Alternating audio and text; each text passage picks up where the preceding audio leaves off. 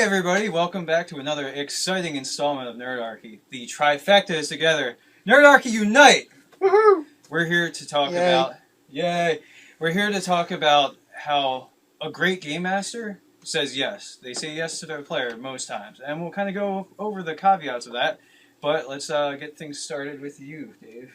Alright, well, now, I've been running games for, 20 plus years, and these guys have been doing some game mastering for quite a while.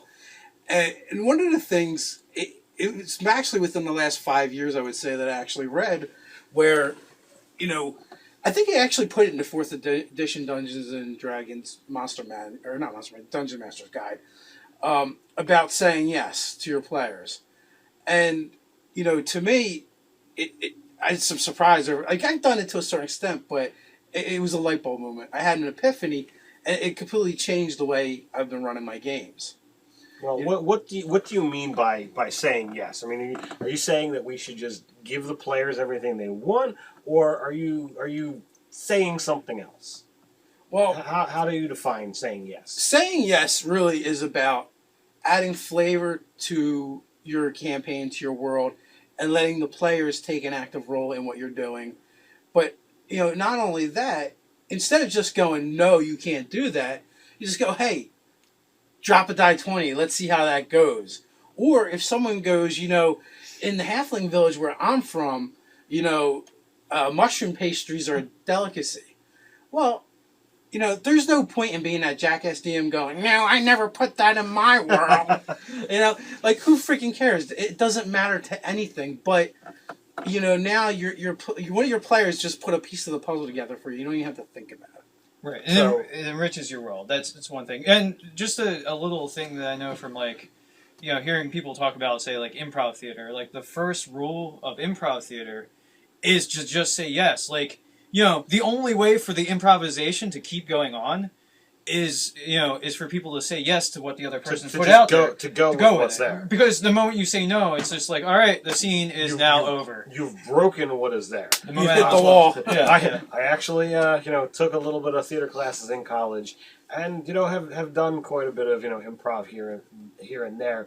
And the second that you break character to have this no or have this confrontation, you have destroyed the atmosphere, you've destroyed the scene, and if you've got the ability to keep players engrossed in what you're doing, it adds so much more enjoyment to the scene or to what's going on. Or what, we're all involved in different games or whatever, but recently we saw this example where someone's they mentioned it could be a god, it could be a noble, it could be a cult, right? Anything, yeah. Because the player made it up on the spot. We had no idea, so my character was like, well, what's that? Right? And, the DM jumps in to go, no, that doesn't really exist. Who cares? The player was going to add something interesting. And it has no bearing on game mechanics, has no bearing on the storyline. It just becomes flavor text. So really, it's not really a major deity that exists in the world, and this character is crazy and they think they worship some made-up thing. Who cares? It doesn't matter. Right. Well, an explanation that's come up many times, one of my friends would point out as an explanation to things back in Albuquerque when I was gaming with some folks, is because fuck you, it's magic. Right? It's a deity that, as long as somebody reveres this thing is now a deity because somebody reveres it.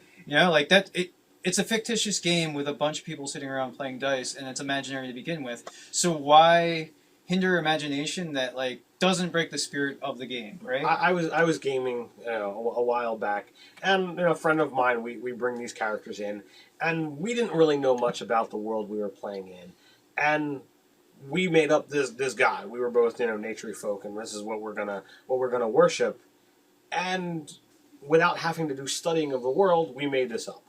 And, I come in and, we start playing and nobody knows who I'm talking about. But it's not like someone said, oh, well, that doesn't exist, so, you have to pick something else. Or, oh, look here, pull out a scroll. Here's the list of pre-established gods. When they say it doesn't exist in my world, you have to get the voice right. Or it's not official. Yeah, and usually with, the motion pushing up your glasses too is pretty appropriate. So yeah.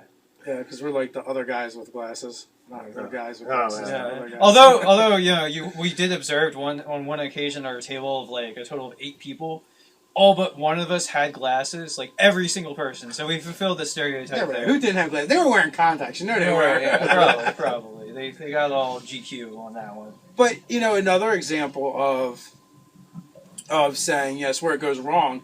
Clearly, if your player goes, I'm pulling out my sort of sharpness +5 for my Uncle Bob that's now deceased, then yeah, that's a case where saying yes can go horribly wrong. If it adds, the general rule of thumb, if it adds to the game, say yes. If it detracts from the game, say no. Well, and also it's a matter of some people hate this terminology, but like the fluff versus the crunch, like all the fluffy details, like you can manipulate those all you want. Like with Pathfinder with trait choices and stuff, like they don't have to be the exact same, the exact same verbatim thing of where they came from. Like you can kind of make your own interpretation of how that thing works with your character, and as long as it adds to it. The bonus versus the flavor text. Example. I don't know exactly what it's called, but it changes your starting goal to 900. Rich parents is the trait from Pathfinder. So it's like okay, you can take that. Now you've got 900 gold to spend as a starting character. That's freaking amazing. But let's suppose you decide you're going to play a thief, and just before you left town, you did one awesome heist. Well, as opposed to saying, well, you came from rich parents, and there's no detriment there, it's just, okay, well, your family's rich, and you don't have anything else on your character sheet to suggest you came from nobility short of this. All right, well, now you've got useful stuff. There is somebody out there who could possibly come to hunt you because you stole money from them.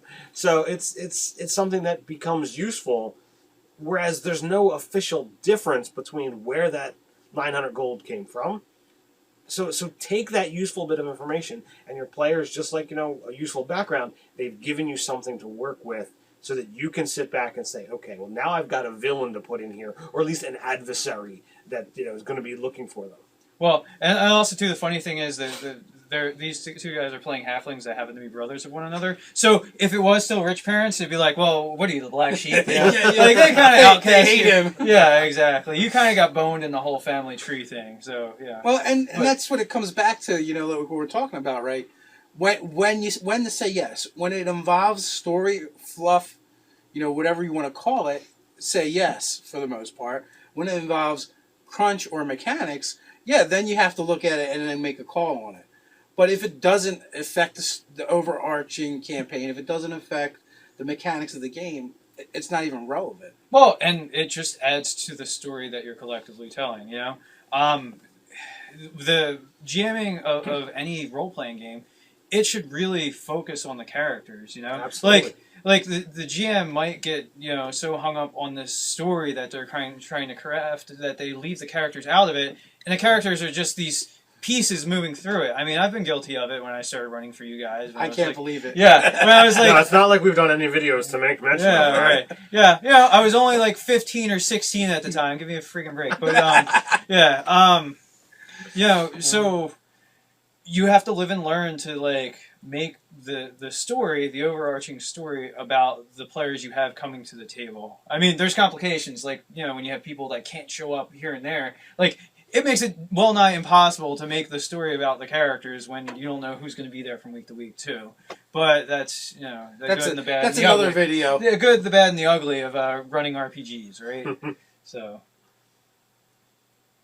I think that's it for this edition of Nerdarchy. We're going to be doing more panel discussions like this, and just check us out.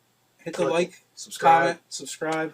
You know the drill. Yep, you can do all those things and many, many more on the YouTubes or the Facebooks, and we'll catch you later. Bye.